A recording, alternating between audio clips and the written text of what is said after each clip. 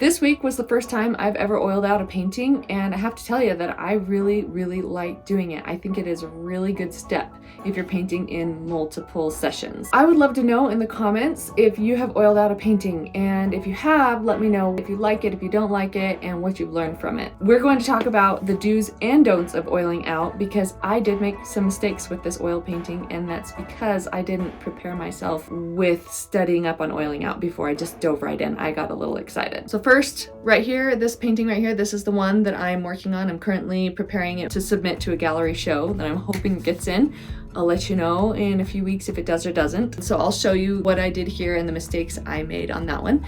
And then over here, we're going to demonstrate oiling out. I had to go into the recesses of my old artwork to find a painting that wasn't varnished so that I could demonstrate this. Let's go look at that right now. So this is the oil portrait that I'm working on right now. I haven't painted a portrait in over a year, so I actually felt really rusty. I went into it feeling a little overly confident and then was surprised at how rough it felt at first. But yeah, so I had painted out the first layer a week ago and it had dried and it was really chalky. And I thought, oh my gosh, I don't really want to work with that first layer as chalky as it was. And then I remembered oiling out, which I had learned about just last year. I dove right in. I took my linseed oil right here and I took a brush and I just started painting the linseed oil across the painting.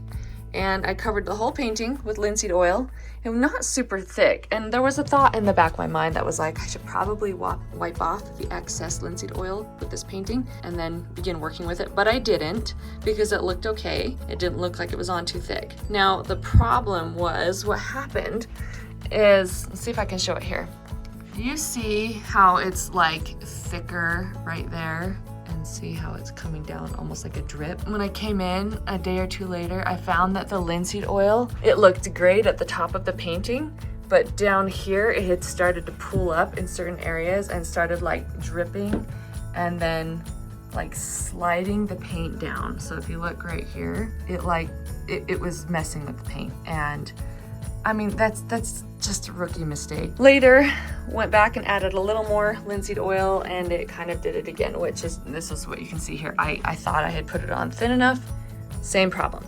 So now, going forward, I will always take a clean white cloth and remove the excess linseed oil before painting. The second mistake I made with this painting is when I saw that I had too much linseed oil on the painting and it was pooling up, I took some of my shop towels and I started rubbing it off and immediately noticed that it was leaving little paper towel hairs and fibers on the painting. And so I quickly stopped doing that and just went from there. So yeah, the 3 mistakes I made: 1, to use straight linseed oil. Again, not exactly a mistake. It just dries a lot slower than if I were to make mix a solution of, like, say, linseed oil and then a thinner. So that probably would have been better in this situation, since I'm trying to get this painting ready for a gallery show coming up really soon. The second mistake I made was to not remove the excess linseed oil after oiling it out, and that caused like dripping and pooling down at the bottom. The third mistake I made was when I decided to wipe off the excess, I used paper towels. Don't do that. Use clean cotton cloth. Now we are going to do the linseed oil oiling out demonstration here. So this painting is pretty old. It's kind of beat up. So I could choose to go through after oiling it out and make some corrections. We'll see. But if you look closely, like, there are a few areas that are slightly glossy. There's actually not much because this was done so long ago, and I think it was done in just one sitting. So this painting is matte and chalky looking. And so I'm excited to see what it's going to look like after we apply the linseed oil. Now, ideally, I would have gotten like a cheesecloth or something like that, but I searched all over my house for some cotton cloth because I didn't have any just on hand. And so I found an old t-shirt, 100% cotton. So I'm just gonna pour a little bit onto the rag. And we'll start right here. You see how nice that looks? Let's zoom in.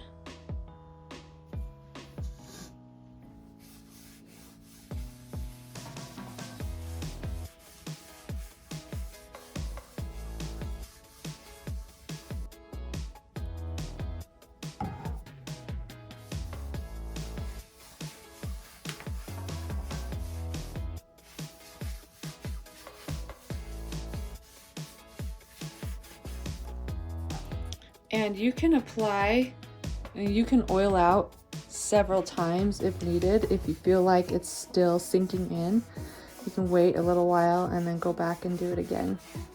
And the nice thing with oiling out is, like I said, you can work with it. So I could go back in after applying this oil and paint another layer even after all these years have gone by.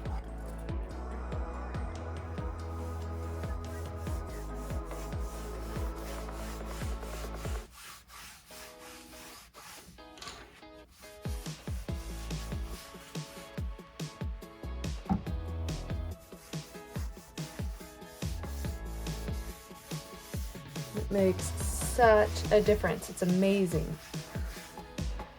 It's like I haven't seen this painting alive like this for 16 years. It's so cool.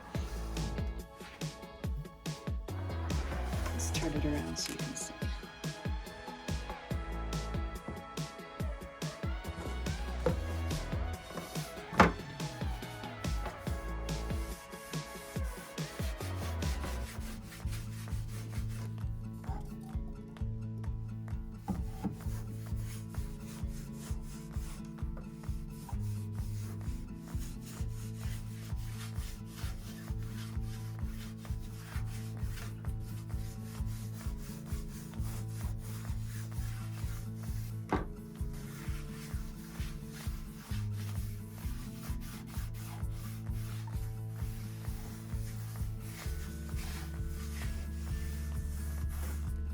Okay.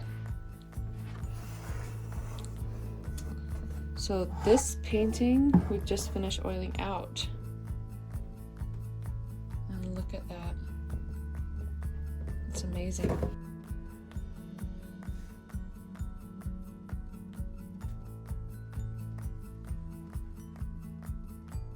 Okay, here are both the paintings. This one was oiled out really roughly and not very evenly. And this one I oiled out the proper way by rubbing off the excess with the cotton cloth. You can see the sheen. It's on nice and lean, so it's not going to pool up with time. It's not going to drip down the painting like this one did right there.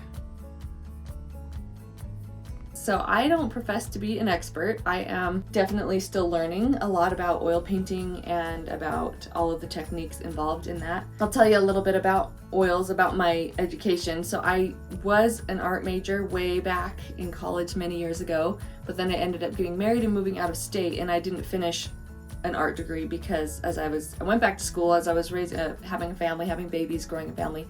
And I ended up finishing a degree online because that was doable while I was raising babies. So, but I did end up pulling out of school all those years ago when I was just starting my oil painting class. So I learned a tiny bit about oil painting in high school, but pretty much everything I've learned with oil painting since then was just on my own. So, you know, studying, reading books and watching YouTube videos and other oil painters and gathering education that way, and then experience through trial and error and painting oil paintings myself. I am an artist and a pattern designer. I license my artwork. I paint portraits, landscapes, I paint floral designs, and then, like I said, I make patterns for wallpaper and fabric and home goods and different things like that. So I have paintings licensed with a few different companies for wall art, and it's really fun. It's a nice way to make a little kind of passive income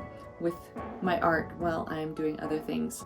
By the way, I found a couple of really great YouTube videos all about oiling out, so I'll link those down in the caption below so you can watch those as well. Well, I hope you found those oiling out tips helpful, and if you are interested in getting a tour of my art studio, then you can watch the video right here, and then you can see how I have my art studio laid out and the art supplies I have and everything like that.